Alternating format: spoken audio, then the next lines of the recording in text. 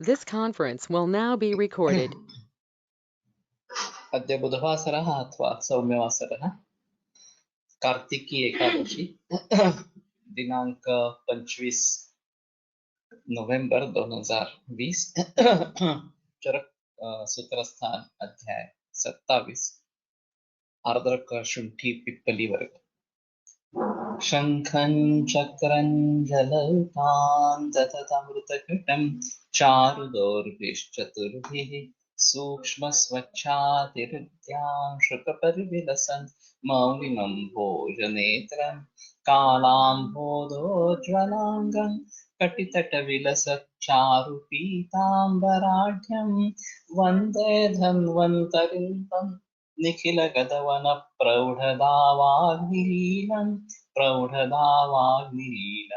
ब्रह्मणो हि समारब्धा मात्रेयाद्येषु पूरिताम् अस्मदाचार्यपर्यन्तां वन्दे गुरुपरम्पराम् आयुर्वेदरतं वन्दे माधवाख्यं महागुरुम् आयुर्वेदामृतं सर्वं शिष्येभ्यो यः प्रदत्तवान् द्रष्टाज्ञानी दृष्टकर्मा कृतकर्मा तथैव च अध्यापको भिषक्श्रेष्ठो महान् संशोधकस्तथा गुणैरेतैः समुदितैः यत्कार्यं प्रतनोति सः समृद्ध्यर्थं हि कार्यस्य वयं नु प्रयतामहे सरस्वत्यै नमो यस्याः प्रसादात् पुण्यकर्मभिः बुद्धिदर्पणसङ्क्रान्तं जगदध्यक्षं ईक्षते आत्रेयं प्रथमं वन्दे आयुर्वेदजगद्गुरुम् आयुर्वेदामृतं सर्वं गृहीत्वा हि सुरेश्वरात् अग्निवेशादिकेभ्यो यत् प्रयच्छत् मुनिसत्तमः प्रथमं तन्त्रकर्तारम् अग्निवेशं नमाम्यहम्।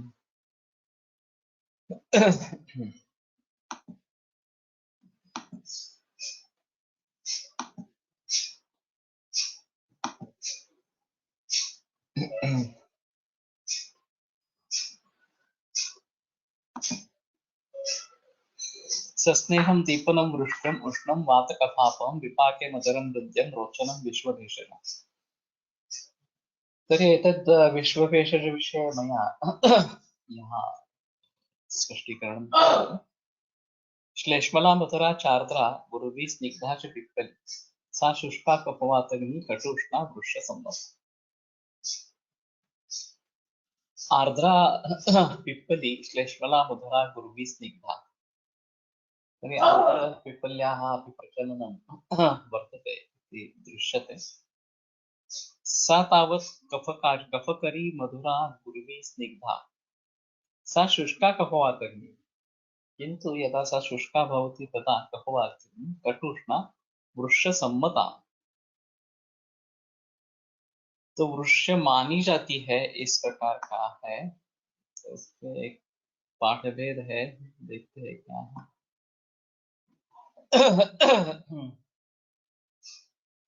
आर्द्रपिप्पलिगुणे श्लेष्मला इति सजातीय द्रव्यान्तरवत् श्लेष्माणं न शमयति इति कृत्वैव श्लेष्मलत्वम् अस्या इति केचित् सा शुष्कापवातग्नि इत्यनेन पित्ताविरोधित्वम् अस्या इति बोधयति अत एव सुश्रुते पित्तप्रसादिनी इत्युक्तम् इति शिवदाससेनः। तो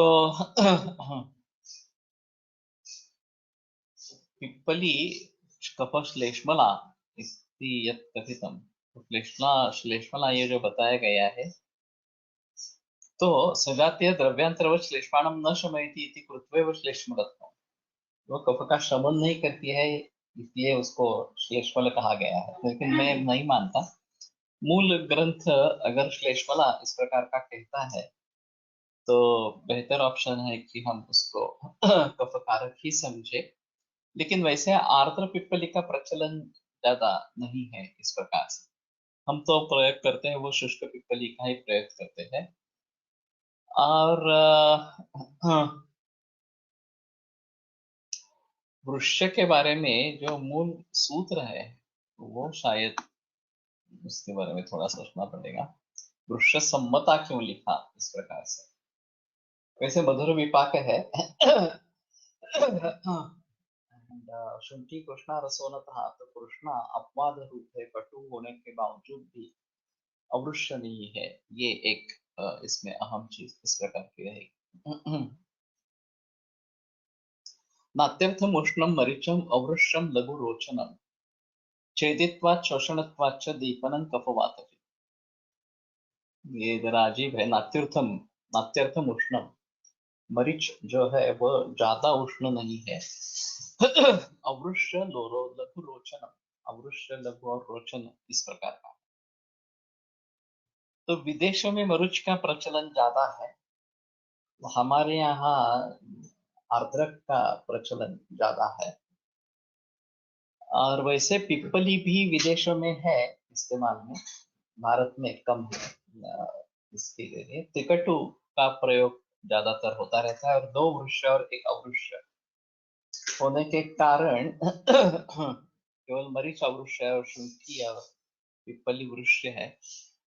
तो शायद परिणामतः त्रिकटु वृक्ष भी नहीं, अवृक्ष भी नहीं, या थोड़ा वृक्ष इस प्रकार का हो जाएगा। और जो सीआई साहब ने प्रयोग किया था उसके अनुसार त्रिकटु एक उत्तम कैटालिटिक एजेंट है। तो योगवाहित्व उसमें ज्यादा है और उसी हिसाब से बहुत सारे औषधियों में त्रिकटु का प्रयोग आता है, ऐसा उनका कहना है। तो नात्यर्थम उष्णम, ये थोड़ा सोचना चाहिए। जो प्रयोग हुआ था मिर्ची और मरीच, इन दोनों में, तो उसमें पाया गया है कि मरीच ज्यादा उष्ण है मिर्ची के हिसाब से। तो उन्होंने क्या किया था कि एक समान कॉन्सेंट्रेशन किया, 10 गुना पानी डाला, उसमें से एक हिस्सा लिया, उसमें से फिर 10 गुना पानी डाला, उसमें से एक हिस्सा लिया, फिर 10 गुना पानी डाला, वगैरह वगैरह इस प्रकार से। तो मालूम हुआ कि मरीच का कटु रस ज्यादा देर तक चलता रहता है, उतना मिर्ची का नहीं रहता। तो मिर्ची भी वैसे विदेश से ही आई है, पुर्तगाल से आई है।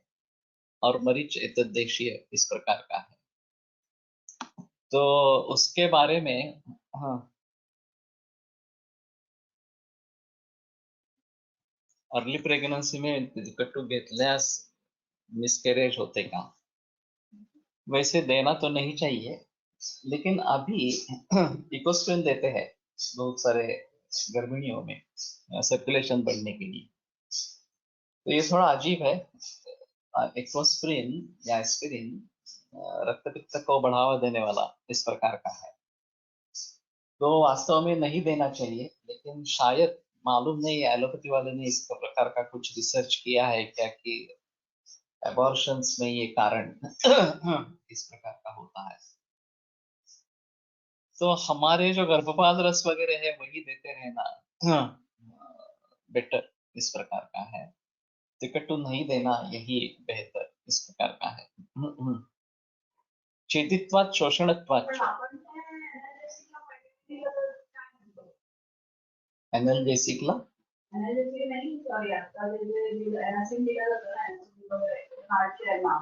हाँ तिकटू। हाँ।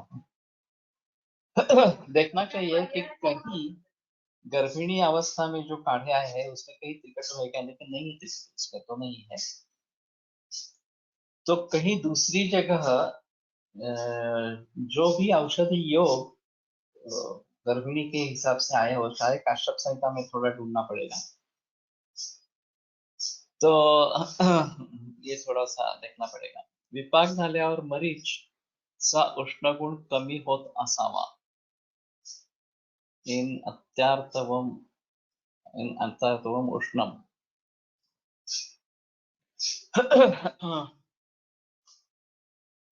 ये इसके लिए शायद प्रयोग कर सकते हैं कि पीसीओडी जैसी समस्या है या स्राव कम है, तो उसमें मरीच का प्रयोग किया जा सकता है या त्रिकुट का प्रयोग किया जा सकता है। गर्भवाद रस पूर्ण 9 महीने देता येते का, वैसे ही लिखा है। मास प्रथम आरभ्य 9 मासांत गर्भिण्य तत्र देयोगी। सो लिखा तो वैसा ही है कि 9 महीने तक देना है इस प्रकार से। और मैं देते रहता हूँ, मैं सूक्ष्म रूप में देता रहता हूँ, लेकिन देता रहता हूँ। तो ये एक्चुअली ठीक है। तो मरीच का इसलिए उपयोग हो सकता है कि आर्तव बढ़ाने के लिए उपयोग हो सकता है। और वैसे सिर्फ मरीच और ये षडूषण होता है। पंचकोल एक अलग चीज है, ज्यादातर पंचकोल का प्रयोग है चंद ही ठिकानों में ये षडूषण का प्रयोग है, तो उसको अलग रखा गया है, मरीच को अलग रखा गया है। पिपली पिपली बोला चवी चित्र का नागर ही ये पंचकोल बन गया। लघुमालिनी वसंत मध्ये मरीच आहे, फर्स्ट ट्रायमेस्टर मध्ये जनरली देतात। या गर्भपाल मध्ये त्रिकुट आहे, मुझे याद नहीं था। अच्छा हुआ याद दिलाया, तो ठीक है, मैं मानता हूँ कि दे सकते हैं कि लघुमालिनी वसंत, मधुमालिनी वसंत और स्वर्णमालिनी वसंत इन तीनों में मरीच है, त्रिकटु नहीं है। लेकिन गर्भपाल में अगर त्रिकटु भी है तो ठीक है, हम दे सकते हैं, उसके बारे में कोई सोचने की फिर आवश्यकता नहीं। काही ठिकाणी पाळी लवकर येण्यासाठी मरीचचा काढा घेतात, बायका आणि लवकर येते पण। या ये उष्ण तीक्ष्ण है, इस हिसाब से ये काम कार्यकारी होता होगा। हाँ, ताई राजवाड़े काला बोल और तिकट ऐसे देते थे, तो प्रज परिवर्तन जल्दी होने के लिए, ज्यादा होने के लिए, स्राव बढ़ाने के लिए। अभी कुबेराक्षादी वटी का भी इस तरीके से इस्तेमाल हो सकता है। और वो भी अच्छी तरीके से काम करती है, ऐसा है। या प्रताप लंकेश्वर भी इस हिसाब से अच्छा है, हाँ, वो भी इस प्रकार में काम कर सकता है, ऐसा है। तो ठीक है, त्रिकटु हम दे सकते हैं गर्भिणी अवस्था में, ये तो स्पष्ट हो गया। गर्भ विनोद मध्ये त्रिकटु आहे। गर्भ विनोद मिलता है क्या? मैंने काफी कोशिश की वो पाने की। तुम्हारे पास अगर है या किस कंपनी का मिल रहा है तो बता देना।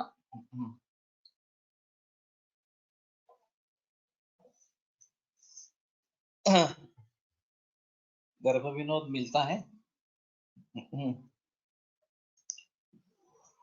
तो मेरे ख्याल में ये ज्यादा अच्छा नाही वापरला। नहीं, लेकिन मिलता है क्या? वापरना नहीं ठीक है। लेकिन कहाँ पे मिलता है? मैं इस्तेमाल करना चाहता हूँ, एक बार 6x करवा देंगे तो कोई प्रॉब्लम नहीं है। ये तो फिर बनाना पड़ेगा, ऐसा थोड़ा सा है। छेदित्वाच शोषणत्वाच, छेदी और शोषण इस प्रकार के होने के कारण दीपनन कफवातजी, दीपन और कफवात दोनों को जीतने वाला इस प्रकार का है। तो वातजित ये है, ये खासियत है। कफक तो ये जीतेगा, उसमें कोई प्रॉब्लम नहीं है, लेकिन वात को भी जीत लेता है, ये अच्छी बात इस प्रकार की है। और छेदित्व और शोषण ये दोनों होना, ये एक अहम चीज इस प्रकार की रहेगी।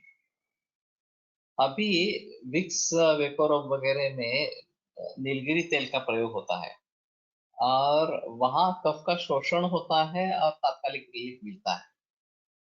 लेकिन एक तो कारण बंद नहीं करते, और फिर कफ बढ़ता रहता है, और सिर्फ उसका शोषण होने के कारण वो बार बार तकलीफ होती रहती है।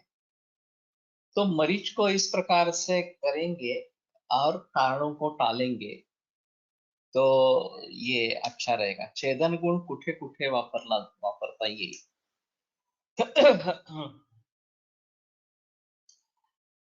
तो कफ का छेदन करना है, इसी प्रकार से ज्यादातर इसका प्रयोग हो सकता है।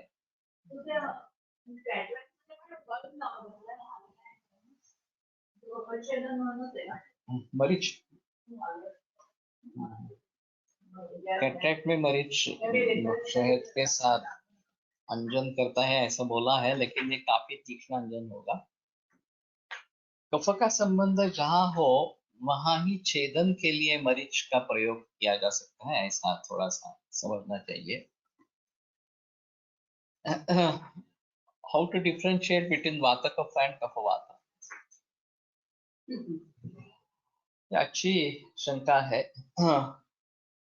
त्रिस्कंद कोश जब हम बना रहे थे, तो जहां इस प्रकार का संबंध आता है, चाहे कारण के रूप में या कार्य के, कि कफवात कृत इस प्रकार का है या कफवात जित इस प्रकार का है, तो वो कफ को भी जीतने वाला है, वात को भी जीतने वाला है, या कफ को भी निर्माण करने वाला है, वात को भी निर्माण करने वाला है, ऐसे हम करते थे उस समय में। और केवल कफ को निर्माण करने वाला, केवल वात को निर्माण करने वाला, और दोनों को निर्माण करने वाला, या केवल कफ कम करने वाला, केवल वात का कम करने वाला, और दोनों को कम करने वाला, इनमें अंतर है। ये हमारे हिसाब में हमें कफ और वात इस प्रकार के संसर्ग में भी चाहिए, और कफ और वात के लिए अलग अलग भी चाहिए, ऐसा हमने उस समय में सोचा था। लेकिन अभी मैं मानता हूं कि जिसमें इस प्रकार का दो दोषों को निर्माण करना या दो दोषों का शमन करना, ये महत्वपूर्ण है, उनमें ये दोनों को साथ करने ही लेना है। फिर भी उसमें ऐसा होता है कि कफ वात वात कफ, ये भी अंतर है।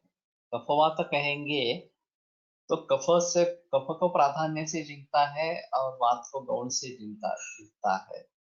वात कफ है कहेंगे तो प्रमुखता से वात को जीतता है, और गौण कफ वहां पे है, इस प्रकार से। तो इन दोनों में हमें अंतर करना है।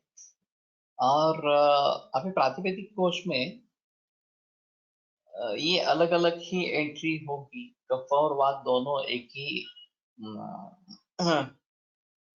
फील्ड में इस प्रकार के रहेंगे। और जिस प्रकार का पाठ है, कफवात है या वात कफ है, वो उस प्रकार का रहेगा। एक सूक्ष्म मैट्रिक्स आया है, वात पित्त कफ और रक्त, इस प्रकार का। और वो 15 भेद बताया, 30 भेद बताए थे, वो वैसे होते हैं 15 ही। तो मैं सोचने लगा था कि ये 30 कैसे हो जाएंगे। तो इसमें मुख्य गौण भाव अगर बदल जाता है तो 15 से 30 बन जाता है। तो ये भी एक अहम चीज है कि संसर्ग में किसका प्राधान्य है, ये भी देखना बहुत जरूरी है। तो बेहतर ऑप्शन है कि हम ध्यान पूर्वक इसको देखें, कफवात जित है या वात कफ जित है, इस प्रकार से। और कौन सा द्रव्य है, यहाँ मरीच के बारे में कोई संदेह नहीं है, तो प्रमुखता से कफ जीतने वाला है, और वैसे तो वात बढ़ाने वाला है।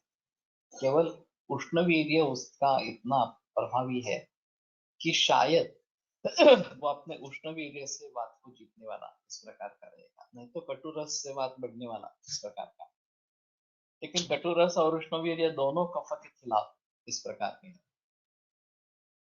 तो जिनका कटुरस उष्णवीर्य कटु विपाक इस प्रकार का है, उनके केवल रस के निर्देश से उनके कार्य के बारे में बता सकते हैं। और वैसे कटुरस पित्त और वात दोनों को प्रकोपित करने वाला इस प्रकार का है।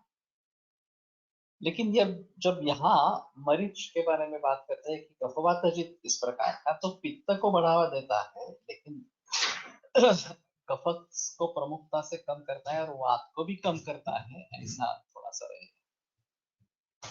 प्रतिष्ठामध्ये पण मरीच गुण योग आलाय, ये तो ठीक है। कि गुण या एक तरीके से कैटेलिटिक एक्शन इस प्रकार का करने वाला होगा, या कफ के यहाँ पहुंचने के लिए गुण काम करेगा, इस प्रकार से। तो गुण तो कफ को बढ़ाने वाला है, और जब वो कफ के यहाँ पहुंचेंगे तो मरीज का कार्य जो कफनाशन है वो दिखाई देगा। ऐसा होता है। तो मूल सूत्र को भली भांति पढ़ लेना है, भली भांति समझ लेना है, और फिर उसके जरिए अर्थ जो है वो बनाना है। ये इसमें एक अहम चीज रहती है। और इतने गहराई में जाकर सोच बहुत ही कम होती है। त्रिस्कंद कोश बनाते समय ये काफी बहस इस प्रकार की हुई थी।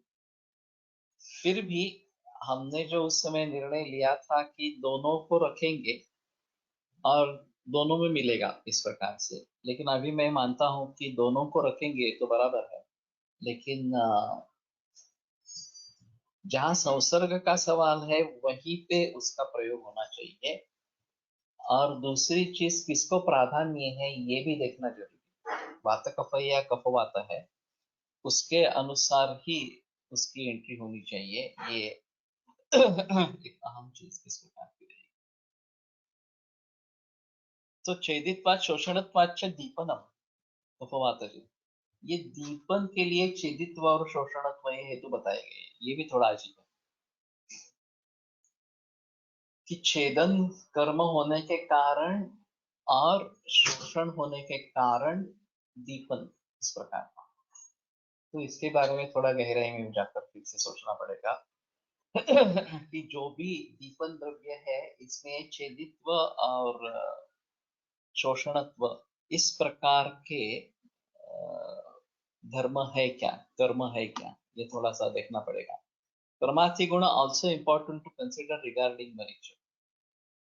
तो ये छेदन होने के कारण प्रमाथी इस प्रकार का रहेगा। ऊर्ध्व चतुर्गत दोष शोभ गुणामुळे कमी होतो, त्यामुळे प्रतिष्ठायात उपयोग तात्काळ होतो, तसेच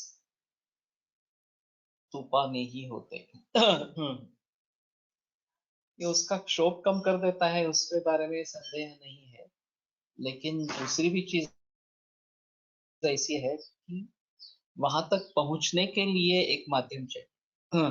और वो माध्यम गुण के जरिए मिल सकता है। कि चक्षुष्य हो अचक्षुष्य हो द्रव्य, वो चक्षु तक पहुंचता है, ये सबसे खासियत है उसके बारे में। तो उसके साथ में अगर चक्षुष्य अचक्षुष्य के द्रव्य के साथ में भी चक्षुष्य चला जाए तो दोनों मिलकर वहां पे काम कर सकते हैं, ऐसा थोड़ा सा होगा। तो घृत जो है वो उसके जो दुष्परिणाम पित्त बढ़ाना वो कम करने के हिसाब से ठीक है। और यही एलोपैथी में और आयुर्वेद में काफी अंतर है। गुड़ दधी गुडमरीच योग दधी सोबत सेवन करण्यास सांगितलं आहे योग रत्ना। तो ये भी थोड़ा अजीब है कि स्राव करके शोषण करना। दही है जो वो एक्चुअली स्राव करने के लिए अच्छा है, कफ स्राव। और फिर उसका शोषण इस प्रकार से मरीज से हो जाएगा। ये डाल या फुटाने जो बोलते हैं, वो अगर प्रतिशय पक्व है और बहुत ही स्राव आ रहा है तो रात को ये सिर्फ सूखे ही इस प्रकार के वर्जित जो चणक है वो खाना और पानी नहीं पीना, ऐसा बताते। तो वो कफ का शोषण कर लेता है और लक्षण कम हो जाता है, सिम्टोमेटिक रिलीफ बहुत अच्छा होता है। तो इसके जरिए कफ कम हो गया तो फिर वो दीपन काम करेगा क्या, क्योंकि कफ एक आवरण है अग्नि के ऊपर, और वो कम हो जाने के बाद अग्नि प्रदीप्त होगा। जैसे आम छन्न अग्नि हो सकता है, उसी प्रकार कफच्छन्न अग्नि भी हो सकता है। और वो दूर होने के कारण अग्नि दीप्त इस प्रकार का हो जाता है। ये भी थोड़ा सा सोचने लायक है। तो मेरे ख्याल में छोटे छोटे योग है, और उनका अगर हम भली भांति प्रयोग करना सीखे तो बड़े बड़े योगों के बारे में हम भली भांति सोच सकेंगे। ये इसमें अहम चीज इस प्रकार की है। तो मेरा एक सुझाव है कि हेतु कोश एक अहम भूमिका है। कार्य कारण भाव आयुर्वेद का जो भी है वो हेतु कोश में पूरी तरीके से उतर गया है। खास करके इन 4 ग्रंथों में से, बृहत्तरी में से। तो जो भी कार्य हो उसके जो भी कारण बताए गए हैं, उस लॉजिक को दूसरे कहीं जगह हम अप्लाई कर सकते हैं और उनके बारे में जानकारी हासिल कर सकते हैं। तो पहले जो भी इस प्रकार के कार्यकारण भाव बताए गए उन सभी का भलीभांति अध्ययन हो तो दीपनत्व और छेदित्व, सॉरी, छेदित्व और शोषकत्व, शोषणत्व, इसका दीपन से क्या संबंध है, ये थोड़ा देखना चाहिए। और किस तरीके से हम दूसरी जगह इसका प्रयोग कर सकते हैं, ये थोड़ा सा देखेंगे। नीलगिरी से भी इस प्रकार से दीपन होता है क्या, ये भी देखना आवश्यक होगा इस दृष्टि से। वातश्लेष्म विबंधग्नं कटुष्णं दीपनं लघु हिंगुशूल प्रशमनम विद्यात् पाचन रोचनम। तो हिंगू के बारे में बताते हैं। वातश्लेष्म विबंधग्नं, वात और कफ इनका विबंध दूर करने, यहाँ वातश्लेष्म आया है, कफवात नहीं आया। हिंगू बेसिकली वात शामक ज्यादा अच्छा इस प्रकार का है और विबंध दूर करने वाला। कटु उष्णम दीपनम लघु, कटु उष्ण दीपन और लघु। हाँ, मैं एक बात भूल गया, मरीच के बारे में जब मैं बता रहा था कि कटु कटु उष्ण, ये जो उसका है, तो विपाके शीतम वीर्येण यद् द्रव्यम मधुरम रसपाकयोः वगैरह, ये जो चरक में बताया है 26वें अध्याय में। तो इस प्रकार के द्रव्य या अम्ल अम्ल उष्ण, कटु कटु उष्ण, तो वहां पे रस के द्वारा हाँ, दोषों पर परिणाम हम बता सकते हैं। और हर रस के लिए किसी दोष को, एक दोष को या दो दोष को बढ़ाना या एक या दो दोष को कम करना, ये स्वाभाविक छेदन गुण है का, जो तुरंत राहत मिलती है इससे, तो ये छेदन गुण और कुछ हद तक शोषण गुण से मिलती है, विक्स पेपर वगैरह से। तो या नीलगिरी सूंघते हैं तो बंदना खुल जाता है, ऐसा है। तो ये छेदन गुण वाली है, ऐसा मुझे लगता है। तो जहां रस द्वारा एक या दो दोषों पर परिणाम होता है, चाहे बढ़ाने वाला हो चाहे कम करने वाला हो, इस प्रकार से वो संसर्ग के लिए ज्यादा महत्वपूर्ण है। जैसे कि कटुरस वात पित्त को बढ़ावा देता है और कफ को कम करता है, मधुर रस कफ को बढ़ाता देता है और वात पित्त को कम कर देता है। तो मधुर और कटु को परस्पर विरुद्ध हो गए, जिसमें कफ वृद्धि है और वात कफ क्षीण है मधुर रस के लिए, उनमें कटु रस दे देंगे तो वात पित्त बढ़ेंगे और कफ कम हो जाएगा। ऐसे रस प्रतिद्वंद्व सुश्रुताचार्य ने अलग अध्याय में बताए हैं। एक अध्याय उसके लिए लिखा है इस प्रकार से। तो संसर्ग के लिए इस प्रकार से एक ही रस से जो दो दोष बढ़ रहे हैं इस प्रकार से, उनके बारे में सोचना जरूरी है। हम क्या कर सकते हैं कि इस प्रकार से भी होता है, कफ और वात दोनों बढ़ाने वाले कारण है, दोनों का सम्मिलित इफेक्ट है, कफ और वात बढ़ते हैं, ऐसा भी हो सकता है। एक मधुर रस से भी बढ़ते हैं और मधुर रसात्मक कुछ लिया है, दूसरा कुछ और कुछ कटु रसात्मक लिया है वगैरह वगैरह, ऐसा कुछ हुआ तो उसके संयोग से दो दोषों का बढ़ना, दो दोषों का कम होना, ये भी हो सकता है। तो एनालिसिस काफी डिफिकल्ट है इन सभी चीजों, लेकिन आहार रस प्रधान है और रस के स्पेसिफिक दोषों पर कार्य है। तत्राद्या मारुतं घ्नन्ति त्रयस्त्यक्तादयः कफं कषाय त्यक्तं उदरात् पित्तम् अन्येतु कुर्वते, ये जो वाक्पटुक्ति है, तो उसके आधार पर जिस रस का ज्यादा सेवन इस प्रकार का हो उसके बारे में वो किन दो दोषों को बढ़ावा देता है ये ज्यादा सोच सकते हैं. गुणपरीक्ष सैंधव असा लेप नासावर करता येईल का, जे लोक रात्री घोरतात त्यांच्यासाठी. गुड़ डालना काफी मुश्किल होगा क्योंकि वो बहुत चिकना होगा. मालूम नहीं फीलिंग किस प्रकार का रहेगा. लेकिन मरीच पानी में घिस कर थोड़ा इसमें थोड़ा सेंधव डालकर कर सकते हैं, ये उसमें कोई प्रॉब्लम नहीं है. या घी में बना सकते हैं. हम अभी बच्चों के लिए सुझाव देते हैं कि जाति फल का लेप घी में घिस कर दे देना. इन्फेंट्स जो है उनके लिए सीने पर, पीठ पर और कपाल पर जाति फल घी में घिस कर लेप करना, तो वो उससे तकलीफ नहीं होती है, लेकिन फायदा मिल जाता है. उन्हें पानी में लगाएंगे तो बहुत जलन होती है. बड़े लोगों के लिए ठीक है, लेकिन बच्चों के लिए ये अच्छा नहीं है. तो इसके बारे में थोड़ा सोचना इस प्रकार का पड़ेगा. गुड़ डालने से मुझे नहीं लगता वो अच्छा होगा, और नस्य का इसमें अच्छा फायदा होता. स्नोरिंग जिसमें ज्यादा है वो थोड़ा कफ रहता है. तो एक जन्मगोपते की किताब है, जनता जनार्दनाच्या मुखातून आयुर्वेदीय उपचारांचा सत्यकथा, ऐसी एक किताब है. और महर्षि ने के जरिए जो लोग विदेशों में गए उनमें से एक जन्मगोपते इस प्रकार के थे,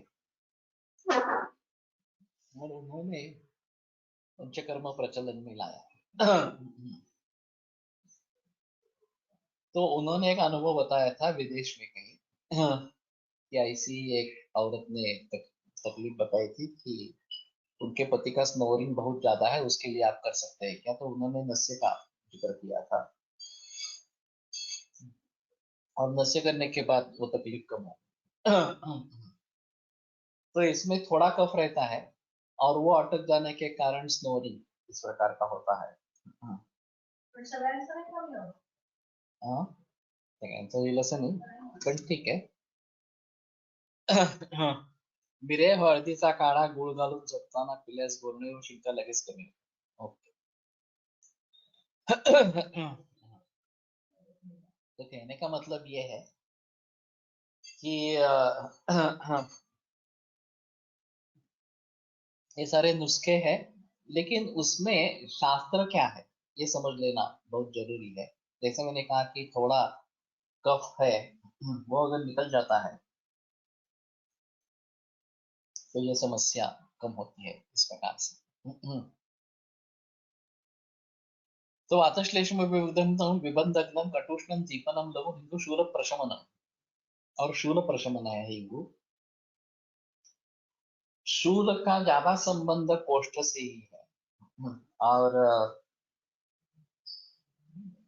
जैसे पंचकोल शूल प्रशमन गण में आया है,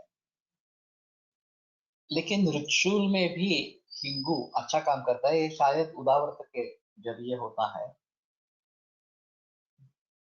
और वात का अनुलोमन हो जाए तो ऋक्षूल कम हो जाता है. मग नस्यासाठी काय योग्य राहील. जो उचित समझे अणुतेल सबसे बेहतर है.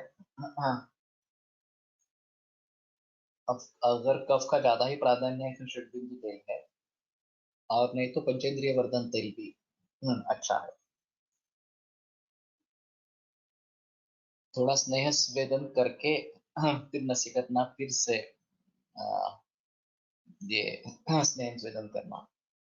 हिंगू मात्रा किती द्यावी, एक मूंग दाने इतकी मात्रा काफी है.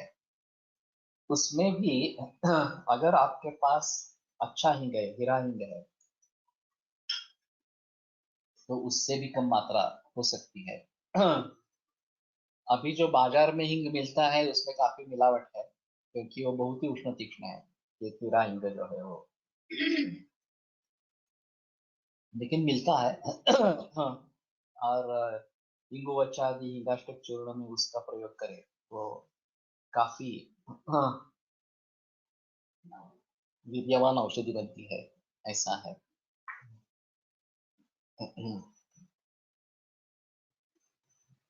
ग्रंथों में आया है मिरी गाळून तिचा लेप वेदनेच्या अमावस्थेत केला तर उपयुक्त होते। ये वेदन जो कार्य है उसका तो है। और नस्य की विधि में वो मर्शा नस्य की विधि में है, लेकिन प्रतिमर्शा में भी उसका भली भांति प्रयोग करें तो कफ निकलने में काफी आसानी होती है और थोड़ा ही स्नेह लगता है, ज्यादा स्नेह नहीं लगता। और कपड़ा गर्म करके स्वेद करें, ये अच्छा है। तो हिंगू पाचन और रोचन रांजणवाडीवर मिरी उगाड़ून लावतात। या वैसे खारी की बीज वो भी लगाते हैं और उससे भी फायदा होता है। वो इस तरीके से जलन नहीं करने वाली। लेकिन ये छोटा व्रणशोथ इस प्रकार का रहता है। पाचन और रोचन, तो हिंगू पाचन और रोचन इस प्रकार का है। रोचनम दीपनम वृक्षम चक्षुषम अविदाहि च त्रिदोषघ्नम समधुरम लैंधव सैंधवम लवणोत्तम। तो बाकी सब लवण अचक्षुष्य है, लेकिन सैंधव अपवाद है, वो चक्षुष्य है। सो रोचन दीपन वृक्ष त्रिदोषघ्न मधुर समधुरम लवणम सैंधवम लवणोत्तम, वो लवणोत्तम इस प्रकार का।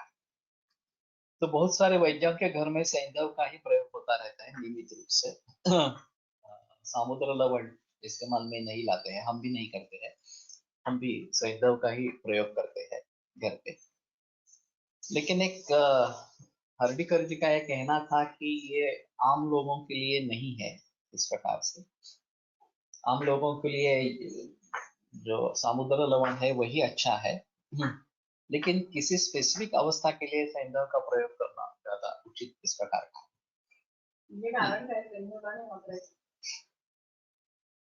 शायद सभी लोग प्रयोग करने लगेंगे तो उसकी पूर्ति नहीं होगी, ये एक अहम चीज है। और वैसे समुद्र लवण भी जो खड़े मीठ इस प्रकार से पहले मिलता था वही बेहतर है। ये टाटा सॉल्ट वगैरह ऐसा कुछ नहीं लेना है, ये एक अहम चीज इसमें रहेगी। और ज्यादा से ज्यादा इसकी पाउडर बना के, खड़े मीठ उसका पाउडर बना के उसका प्रयोग कर सकते हैं तो चलेगा। और जिनको नेत्र में तकलीफ है, चक्षुष्य ही देना उचित है, उसमें सैंधव का ही प्रयोग करेंगे तो बेहतर है। मैंने एक केस बताई थी कोलटकर सर की। एसटी में सैंधव लवण का प्रयोग अनुभव हो तो बताए। ऐसा तो नहीं है, लवण कम ही खाना है एसटी में। और त्रीणि द्रव्याणि नात्युपयुज्येत पहले चारः लवण, इसमें स्पष्ट रूप से उसका निर्देश है। लेकिन एक बात हो सकती है कि अगर लवणेच्छा है, खाने की इच्छा है, तो सर ने नागभस्म का प्रयोग उसमें किया था और उससे खाने की इच्छा कम हो जाती है, लवण खाने की इच्छा कम हो जाती है। तो एक गर्भिणी थी, हाँ, और उसको चश्मा था, उसके पति को चश्मा था, और इसको गर्भिणी अवस्था में बहुत नमक खाने की इच्छा हो रही। तो कोलटकर सर ने नागभस्म उसको दिया था। और जब अपत्य पैदा हुआ तो उसको 5वें बरस में चश्मा लगा, लेकिन वो भी थोड़ा मामूली था। दूसरी बार जब प्रेगनेंसी हुई तो वो भूल गई ये सब बातें, और फिर उसने बहुत सारा नमक खाया और उस दूसरे बच्चे को तुरंत 2 बरस में ही बड़ा चश्मा लग गया इस प्रकार से। तो ये एक अहम चीज इस प्रकार की है, हाँ, कि लवण इस प्रकार से लेने से, खास करके गर्भिणी अवस्था में लेने से तकलीफ हो सकती है। नागभस्म की मात्रा बहुत ही कम रहती है, चाहे 1 या 2 मिलीग्राम इतनी रहती है। अभी तो मैं इस्तेमाल करता हूँ 6 करते ही करता हूँ, और वो भी 5-10 मिलीग्राम इतनी ही देता हूँ, ज्यादा नहीं देता हूँ। लेकिन भस्म अच्छी तरीके से बननी चाहिए। गुणेश शास्त्री के पाठ में पहला ही वाक्य ऐसा है कि ये बहुत धातु बहुत कोड़गी है। 60 फुट लगते हैं कम से कम। और वो देने के बाद भी एक विश्वास होना चाहिए कि हाँ हो गया है, बस तभी इस्तेमाल में लाए इस प्रकार से। तो नागस्तु नाग तुल्यम बलम ददाति, नाग यानी कि हत्ती, तो नाग भस्म हत्ती जैसा बल देने वाला, इस प्रकार का बताया गया। खास करके प्रमेह में प्रयोग होता रहता है, या सिरा शैथिल्य, इसमें इसका प्रयोग भली भांति होता है। तो अगर अच्छा नागभस्म हो तो इस प्रकार से इसमें दे सकते हैं। और गर्भिणी अवस्था में सर में दिया था। नागभस्म comes in orange color and also in black color. Which is better? How is the color difference? मैंने जो है वो केशरी वाला ही देखा है, ऑरेंज जो है, ब्लैक भाई होता है। शायद मंगेश ठुमके इसके बारे में बता सकेगा, क्योंकि वो खुद औषधि निर्माण करने वाला है। और ये अंतर होता है वो किस प्रकार की भावनाएं आप देते हैं उसके आधार पर कलर चेंज इस प्रकार का होता है। सध्या काही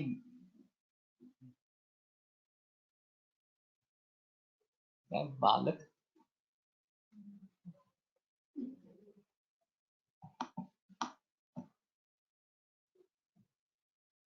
भरपूर मीठ खातात। भरपूर मीठ, भरपूर भरपूर मीठ खातात। समजा नाही का त्या त्यांच्या समोर जर मिठाचा डबा ठेवला तर ते संपवू शकतात। माझी भाची पण मुठमुठ भरून मीठ खाते, जर तिला मीठ दिसले तर। चष्म्याचा नंबर वाढत असेल तर काय करावे, याचे कारण काय असेल? कुर्वते ही रुचुन दोषा विपरीत समानयोः वृद्धा क्षीणाशुभुयिष्टं लक्षयन् तदनास्ति। अगर इस प्रकार की स्थिति है कि लवणेच्छा बहुत ही प्रबल है, तो वो शरीर में उसकी आपूर्ति नहीं है, कमी है उसकी, इसलिए ये इच्छा होती रहती है। तो आपूर्ति हो जाए तो इच्छा कम हो जाती है। तो इसलिए नाग का अगर प्रयोग करते हैं या सैंधव लवण का प्रयोग करते हैं तो तलवटकर जी का कहना था कि उच्च श्रेणी का लवण रस है नाग, नाग जो है। चश्मा नंबर बढ़ता रहना ये काफी कॉमन दिक्कत है अभी। और प्रोग्रेसिव मायोपिया, हमारे हिसाब में उसकी पूरी जानकारी लेकर रेगुलर ट्रीटमेंट करने, या हमारे हिसाब में तिमिर नाम की बीमारी है, और फिर उस तिमिर की चिकित्सा करनी चाहिए। और वास्तव में ऐसा है कि हम इंद्रियों की जो भी प्रोटेक्शन वगैरह करना है उनके बारे में वो नहीं कर रहे हैं। विशेषतः प्युबर्टी मध्ये अधिक वाढतो असे दिसून येते। नागभस्म, काय नागभस्म?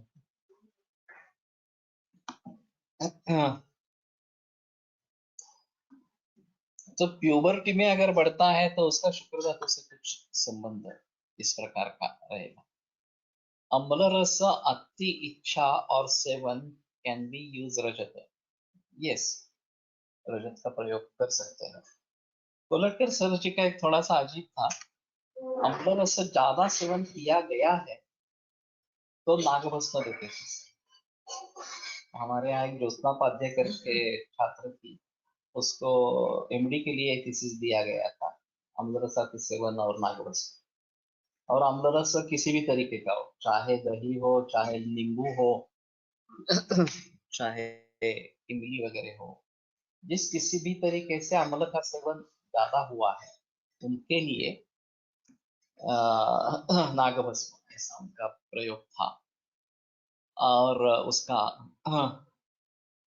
अच्छा फायदा हुआ था। अस्थि मज्जा पाचक उपयुक्त ठरेल था। लॉजिक मेरे ध्यान में नहीं आ रहा, अस्थि मज्जा पाचक का क्या लॉजिक है। ये अम्ल रस का अति सेवन है, अति इच्छा है, तो इसमें अम्ल रस की आपूर्ति अच्छी तरीके से हो, ये थोड़ा सोचना चाहिए। आमलक का प्रयोग अगर हम इसमें कर सकते हैं तो रसायन है चष्म्यासाठी पटलगत दोष बताए गए हैं और पटलगत दोष ये रस रक्त से लेकर मांस मेद इस प्रकार के भी पटल है, केवल मज्जा का संबंध नहीं है। मज्जा का संबंध ज्यादा से दृष्टि से इस प्रकार का होता है, वो बहुत अभ्यंतर है। तो वास्तव में रक्त मांस मेद इनके बारे में सोचना ज्यादा जरूरी इस प्रकार का है। और उन्होंने जो लक्षण दिए हैं जालकानी के पश्यति वगैरह वगैरह इस प्रकार के तिमिर के लक्षण जो दिए पटलगत दोषों के अनुसार, उनको ध्यान में रखकर उस धातु के बारे में सोचना है। Small kids at the age of 6-7 years hair become white. What can we think? ये अभी स्ट्रेस बढ़ रहा है सभी के घर पे, यही कारण है। और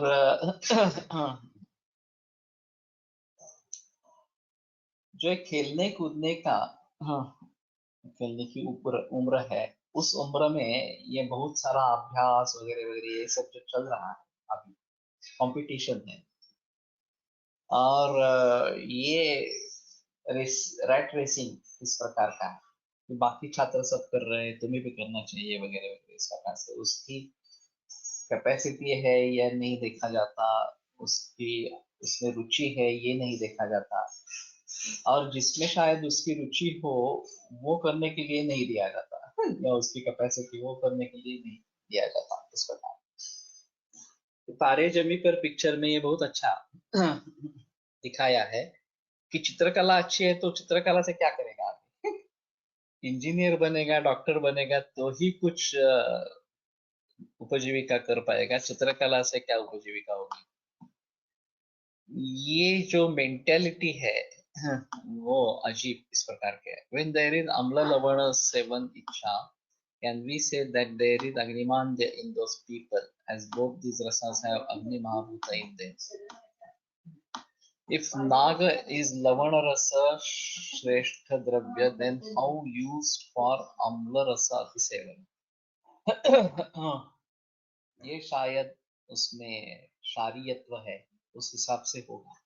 ये कोलटकर जी का थॉट था, लेकिन मुझे पक्का याद नहीं है उनके दिमाग में ये नागभस्म अम्ल रसा के सेवन के लिए क्यों इस प्रकार का बताया। लवकर फळणारे हायब्रिड अन्न वाढल्याने केस पांढरे लवकर होत असावे, ये भी है। और क्षार जो है ना, अभी ये जो चाइनीज खाना है अजिनोमोटो और ये सब बाकी उसमें जो जा रहे हैं, ये एक अहम चीज है। ये जंक फूड फास्ट फूड है वो भी एक अहम चीज है। अभी बर्थडे पार्टीज मैगडी पार्टीज होती है और वो तो खाना बिल्कुल गलत इस प्रकार का है। करके रुजुता दिवेकर की मुलाकात लोकसत्ता में छपी गई है। उनके विचार काफी अच्छे हैं, आयुर्वेद से मिलते जुलते इस प्रकार के, तो एक अहम चीज इस प्रकार की रहेगी। उन्होंने भी जिक्र किया है कि पारंपरिक ही खाना खाओ, हमें उसको किस तरीके से बढ़ावा मिले उसके बारे में सोचना है। तो मेरा तो मंतव्य है कि मैकडोनाल्ड अगर पूरी विश्व भर में बिक सकता है तो हमारे पदार्थ क्यों नहीं बिक सकेंगे, जो अच्छे हो सेहत के लिए इस प्रकार से वो इस प्रकार से सोचना है। एक इंडस्ट्रियल इस प्रकार की दृष्टि होना जरूरी है, ताकि ये अगर हम कर सकें। केएफसी और मैकडोनाल्ड पूरे विश्व भर में फैले हैं, ऐसी एक भी कंट्री एक भी सिटी नहीं है जहाँ ये नहीं है। फ्रेंचाइजी है इस प्रकार।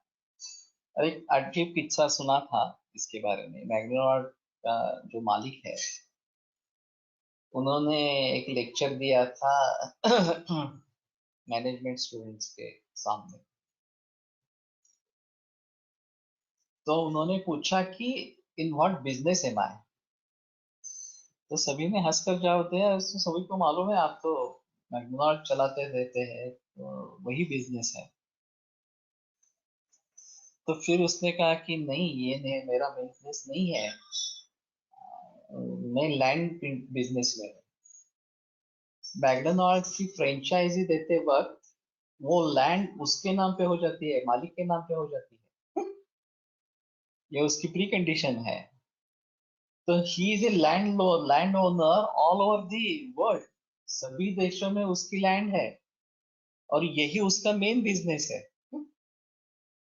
तो ये समझ में ही नहीं आएगा कि इस प्रकार का लैंडलॉर्ड होना मैकडोनाल्ड को शुरू में प्रचार में लाने के लिए, वो उसका प्रचार प्रसार करने के लिए काफी दिक्कत हुई होगी।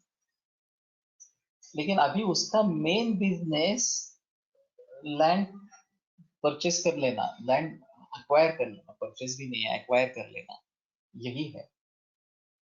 तो ये लोग समझते नहीं है कि किस प्रकार से ये चल रहा है, सब सिलसिला चल रहा है इस प्रकार से। तो हाइब्रिड और ये खास करके जंक फूड, फास्ट फूड वगैरह वगैरह, ये सभी कारण है। और उसके बारे में कोई जिक्र नहीं करता, उनको ढूंढने की कोशिश भी नहीं होती है। और ये सब बदलने के लिए क्या करना चाहिए, इसके बारे में कोई नहीं है। विशेषता हाई सोसाइटी जो है उसमें काफी प्रचलन है। मध्यम वर्ग जो है या कनिष्ठ वर्ग है, वो ज्यादा उसमें आदि नहीं हुआ है। लेकिन उच्चभ्रू क्लास जो है वो उसमें आदि हो गया है। और फिर ये आदतें छुड़वाना बहुत डिफिकल्ट है। उन्होंने ये भी एक जिक्र किया था, रुचिता दिवेकर ने, जो एडवर्टाइज की जाती है वो अच्छा नहीं है वास्तव में। तो मैं उल्टा सोचता हूँ कि जो अच्छा है उसकी एडवर्टाइज हो। मैंने एक बार ऐसा कहा था कि साबुन की इतनी जाहिरात होती रहती है, तो उतना या उद्वर्तन की उतनी अगर जाहिरात होगी तो उद्वर्तन भी इस प्रकार से इस्तेमाल में लाया जाएगा इस प्रकार से। तो हमें सोचना है कि हमें एडवर्टाइज किसकी करनी है। अगर हम नैसर्गिक अन्न की एडवर्टाइज करेंगे, अगर हम सेंद्रीय अन्न की एडवर्टाइज करेंगे, तो वो भी बिकने लगेगा। Marketing is a must. Marketing के सिवाय आप लोगों तक पहुंच नहीं सकते। और जिन्होंने मार्केटिंग का तंत्र आत्मसात किया है, वो कुछ भी बिकते हैं और लोग वो ले लेते हैं। वो सोचते ही ये हित है अहित है वगैरह इस प्रकार से। हाँ, अच्छा दिखता है, अच्छा लगता है, चलो ले लो इस प्रकार से। उसके जाकर दुष्परिणाम क्या होने वाले हैं, क्या हो रहे हैं, इसके बारे में किसी के मन में विचार भी नहीं है। तो एक अहम चीज इस प्रकार की रहेगी कि इन सभी के बारे में हमें खुद सजग होना है, ये सबसे अहम चीज है। और पारंपरिकता को बढ़ावा देना, जो हमारे पारंपरिक पदार्थ हैं उनको ही बढ़ावा कैसे मिले उसके बारे में सोचना। तो मैं जैसे बता रहा था कि एक कंपटीशन रखी जाए, जो ग्रंथों में पदार्थ है उनके बनाने के बारे में, प्रेजेंटेशन करने के बारे में, और आयुर्वेदिक छात्रों में, या फिर उनकी माँ, जो लड़के लड़कियां आयुर्वेद में है उनकी माँ के बारे में अगर ये कर सकते हैं तो ये अच्छा इस प्रकार का रहेगा। खादीचे मार्केटिंग झाले पीएम द्वारा आणि खप वाढलाय, ये तो सही है। तो मार्केटिंग होना ही जरूरी है, ऐसा है। हम केवल बैठे रहेंगे अपने आप बिकेगा, अपने गुणों के जरिए बिकेगा, ये नहीं होगा। और इसलिए अच्छे लोगों को मार्केटिंग में उतरना चाहिए, ऐसा थोड़ा सा इसका फंडा है। अभी मैं ये सोच रहा हूँ कि जो हम प्रातिपदिक कोष के आधार पर डायग्नोस्टिक ट्रीटमेंट सॉफ्टवेयर बनेगा और उसको बिकना है, तो बगैर मार्केटिंग बिक नहीं सकते हैं। मैं ऐसा समझूंगा कि हाँ मेरे छात्र है वो खरीद लेंगे, नहीं होता है। ये इतना बड़ा ग्रुप है हमारा, 70 लोग अभी आज सुन रहे हैं सब, लेकिन फिर भी जब पैसा खर्च करने की बात आती है, कुछ परचेस करना है, डायग्नोस्टिक सॉफ्टवेयर का परचेस करना हो, या उसमें ये लिस्टिंग लेना हो, जो मैं दूसरी बात कर रहा हूँ, कैंसर होलिस्टिक गाइडेंस फोरम की बात कर रहा हूँ, जब खर्च करने की बात आती है तो लोग अकड़ जाते हैं कि नहीं, मैं देखूंगा मुफ्त में जितना जितना मिलता है वही करूंगा, पैसे खर्च करने हैं तो नहीं करेंगे। इसमें भी जो अभी चरक वाचन वगैरह का सिलसिला बहुत सारे बरसों से चल रहा है, और पहले 1800 रुपया पर ईयर था, अभी तो 600 रुपया कर दिया है इस प्रकार से। फिर भी लोग अकड़ जाते हैं कि पैसे खर्च करने हैं तो नहीं करना है इस प्रकार से। तो ये मेंटेलिटी है और इसको सुधारना काफी डिफिकल्ट इस प्रकार का होता है। तो किस तरीके से हम मत में परिवर्तन ला सकते हैं? एडवर्टाइजिंग एक फंडा है उसका कि उसमें मत परिवर्तन लाया जा सकता है किस तरीके से। और जब हमें खुद लगता है कि नहीं, मुझे ये चाहिए ही इस प्रकार से, चाहे जो भी कीमत हो, चाहे मुझे कुछ कष्ट भी उठाने पड़े, तो भी मुझे ये करना है, तभी ये होता है। हमारे मॉर्निंग क्लास के बारे में थोड़ा सा ऐसा है कि ये सुबह जल्दी है, सुबह जल्दी कौन उठेगा, ये एक बड़ी मुसीबत इस प्रकार की है। और फिर इसके लिए पैसा खर्च करना है, चाहे 50 रुपया पर मंथ हो, लेकिन है ना, 50 रुपया खर्च करना है उसके लिए। तो ये भी एक बाधा बन जाती है इस प्रकार से। और फिर तीसरी चीज ऐसी है कि नुस्खे नहीं तो बताए जाते हैं, मूल शास्त्र को पढ़ते रहते हैं, और जो भी विषय सामने आएगा उसके बारे में बहस होती रहती है इस प्रकार से। तो इसमें रुचि रखने वाले लोग कितने हैं, ये भी एक अलग चीज है। तो जितना इसका प्रचार प्रसार होना चाहिए था वो तो नहीं हुआ है। ये तो सही बात इस प्रकार की है। तो इसमें अगर कुछ मार्केटिंग का फंडा डालेंगे कि मार्केटिंग करना है इस चीज का इस प्रकार से, तो शायद कुछ बात बन सकती है। मैंने सोचा नहीं है उस तरीके से, जो हम लोगों तक पहुंचने की कोशिश करेंगे, ऐसा है। अभी एक इस प्रकार के सोच सकते हैं कि किसी आपके मित्र में किसी को बताया कि 1 महीना फ्री ट्रायल ले लो, ज्वाइन कर लो, और सोचो कि कैसा लगता है तुम्हें, और फिर आगे चल करना है। तो जैसे ये फ्री ट्रायल देते हैं, उस प्रकार से अगर फ्री ट्रायल दे देंगे तो 100 में से 10 लोग ज्वाइन हो जाएंगे, 90 निकल जाएंगे इस प्रकार से। फिर भी 10 तो हो जाएंगे। ऐसा है।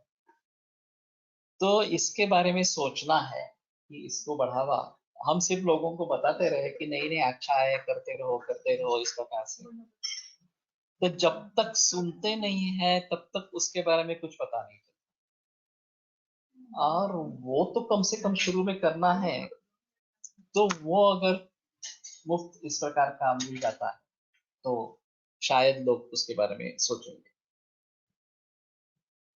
तो मैं अभी लोग को सुझाव दे दूंगा कि इस प्रकार की फ्री मेंबरशिप 1 महीने के लिए जिन लोगों को चाहिए वो दे दे, एक लिस्ट बनाए, आप लिस्ट उसको भेज दे कि ये आपके लिए 1 महीने का सब्सक्रिप्शन रहेगा, फ्री ऑफ चार्ज रहेगा आपके लिए। और फिर उन जिनको दिलचस्पी रहे वो आगे ज्वाइन हो जाए इस प्रकार से। तो देखते हैं। मैं समझता हूँ कि ये तो बढ़िया है, उसमें कोई संदेह नहीं है। और किसी और का फायदा होता हो न होता हो, मुझे तो फायदा होता है, उसमें कोई संदेह नहीं। तो जब तक पॉसिबल है मैं करता रहूंगा, उसमें कोई संदेह की बात नहीं है। और मैं अपने फायदे के लिए कर रहा हूँ तो कोई मतलब नहीं है कि इसलिए लोग आए ना आए वगैरह वगैरह के बारे में कोई सोचने की चिंता नहीं है इस प्रकार से। लेकिन जो इस प्रकार के व्यक्ति होंगे जो इसमें दिलचस्पी रखेंगे उन तक हम नहीं पहुंच पाते। तो ये थोड़ा सा अभी भी लॉकडाउन के समय में 200-250 तक थी ये संख्या। फिर लॉकडाउन के बाद 100-110 तक थी। अभी 70, 60 से 70 के दरमियान है। तो ये ड्रॉप आउट क्यों होते रहते हैं, ये भी एक सोचना जरूरी है कि किस कारण से लोग इससे दूर निकल जाते हैं। और उनकी आपूर्ति के लिए हम क्या करेंगे इसके बारे में, तो थोड़ा इसके बारे में सोचो और विलोप को प्रस्ताव इस बारे में दे सकते हैं। गुजरात में वैद्य हितेन बाजाजी ऑनलाइन अध्ययन करवाते हैं, करीब 50,000 रुपए फी है। तो उसमें एक ऐसा भी है ना कि जितनी ज्यादा फीस लेंगे उतना वो अच्छा है, ऐसा एक मानना होता है। सचमुच ऐसा होगा ही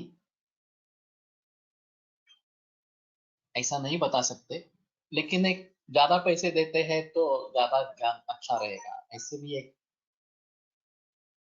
मेरे मन में रहता है। मेरे पास जर्मन छात्र आया था और वो मुझे बोला कि मैं आयुर्वेद सीखना चाहता हूँ आपसे। तो मैंने कहा ठीक है, लेकिन मैं बहुत ही एंगेज हूँ, तो हफ्ते में 1 या 2 बार ज्यादा से ज्यादा पढ़ा पढ़ा सकते हैं। तो बोला ठीक है, फीस कितनी लोगी? तो मैंने कहा फीस लेने का क्या सवाल है, ये तो ऋषि मुनियों का ज्ञान है, सिर्फ तुम्हारे पास पहुंचाना है, मुझे फीस की कोई आवश्यकता नहीं है। तो बोला मैंने 40,000 रुपये इसके लिए फीस दे दी है, और जो भी ज्ञान पाया है वो भी इंटीग्रेटेड ज्ञान ज्ञान पाया है। तो ये चीज है कि इसका भी फायदा उठाने वाले इस प्रकार के लोग हैं। तो मैं समझता हूँ कि विद्या विद्या ज्ञान है, दान है ये। और अगर लोगों के लिए उपयुक्त है तो सभी जो हमारे यहाँ छात्र है अभी वो इसके बारे में सोचे और लोगों तक कैसे पहुंचाए इसके बारे में प्रयत्न करें। अस्नांबद्धेन सौशल्यम ब्रह्मस्थिमिरदर्शनम असा संदर्भ आहे मध्याधार परिषद, मध्याधारा कालांती नदरा काय त्याचा संदर्भ अक्षविकारात होईल का, तसेच वालेवेळा पित्तकर असतात त्याचा उपयोग करावा का, ऑप्थेल्मोलॉजिस्ट सांगतात। नहीं, हमारे हिसाब में ये अलग ही रहेगा। डायरेक्ट ट्रीटमेंट फॉर्म्युला ते देतात असे ऐकले, डोंट नो। ठीक है, लेकिन ये विभिन्न स्तर के वैद्य रहेंगे। और मैंने ऐसा भी सुना था कि कुछ वैद्य क्लिनिक में छात्रों को बुलाने के लिए भी पैसे लेते हैं। तो ये भी अजीब चीज है। हम जिस स्कूल से पढ़े हैं कोलटकर जैसे, वहां तो ऐसा कुछ भी नहीं है। जो भी आना चाहता है, जो भी सीखना चाहता है, वो आराम भली भांति सीख सकता है, उसको कोई प्रॉब्लम नहीं है। और ये फॉर्मूला बेस्ड प्रैक्टिस ही नहीं है, कोलटकर जी की परंपरा जो है वो फॉर्मूला बेस्ड प्रैक्टिस ही नहीं है। तो मैं समझता हूँ मज्जा का और तिमिर का संबंध हो सकता है, लेकिन सभी मरीजों में वही रहेगा ऐसा नहीं है। पटलगत दोष को ध्यान में रखते हुए ट्रीटमेंट बदलती है। वेदस कोलटकर इसमें अच्छा है, वो इसकी प्रैक्टिस करता है, कोलटकर सर भी करते थे। तो उससे कुछ सीखने की कोशिश करो, वो ज्यादा बेहतर इस प्रकार का है। आयुर्वेद प्रकांडो निगतित इह हि शल्यतंत्र प्रधानः, शिष्येभ्यः शाश्वतोऽयं निखिल जन कृपा व्याप्त चित्तेन येन आयुर्वेदस्य वाञ्छन् पुनरपि भुवने ताञ्च सुष्ठु प्रतिष्ठां श्रेष्ठं धन्वन्तरिं तं प्रणमति च सदा वैद्यवर्गो हि नूनम् वैद्यवर्गो हि नूनम्। एक्चुअली तिमिर का दर्शन केवल अंधेरा दिखना यही होगा, तिमिर रोग से संबंध कम होगा, ये अंधारी येणे इस प्रकार का ही है। Never heard on any lecture on पटलगत दोषमय वेदस्फुरत्कस्य। वो पढ़ाता कम है एक्चुअली, उनके पास जो छात्र रहते हैं उनको पढ़ाता रहता है। तो मेरा जिक्र था कि ऑनलाइन सभी मूल ग्रंथ इथे सोलापुरात स्टुडंट्स क्लिनिकला यावेत म्हणून पेमेंट ठेवले होते, एकदा शिकायला आले म्हणजे गोडी लागेल म्हणून। नतीजा क्या निकला मालूम नहीं है। वो भी एक बार स्पष्ट करो। लेकिन मेरा सभी का सुझाव है एक्चुअली कि मूल ग्रंथ ही पढ़ो और छात्रों को वही सिखाओ, और अगर वो ऑनलाइन हो सकता है रिकॉर्डिंग हो जाता है इसमें, ये एक अहम चीज है। और फिर वो गुरुकुलात शिकवलंय सर, ओके। तो यायला लागले लॉकडाउन मध्ये डिस्कंटिन्यू झाले, ओके। तो ठीक है, किसी भी तरीके से ये अगर हो सके तो ज्यादा बेहतर इस प्रकार का कि छात्रों में इसकी रुचि बढ़े, सुबह के वाचन की रुचि बढ़े और क्लिनिक अटेंड करने की रुचि बढ़े, ये होना चाहिए। ठीक है, विरम्यते व्याख्यान व्यापारात श्वः पुनरपि मिलिष्यामः। हो, पण आता रिव्हिजन साठी एखादे लेक्चर अरेंज करता येईल का? कसले रिव्हिजन? पुढे पेमेंट द्यावे लागले नाही, आम्ही रविवारी वाचन चालू केले, ओके।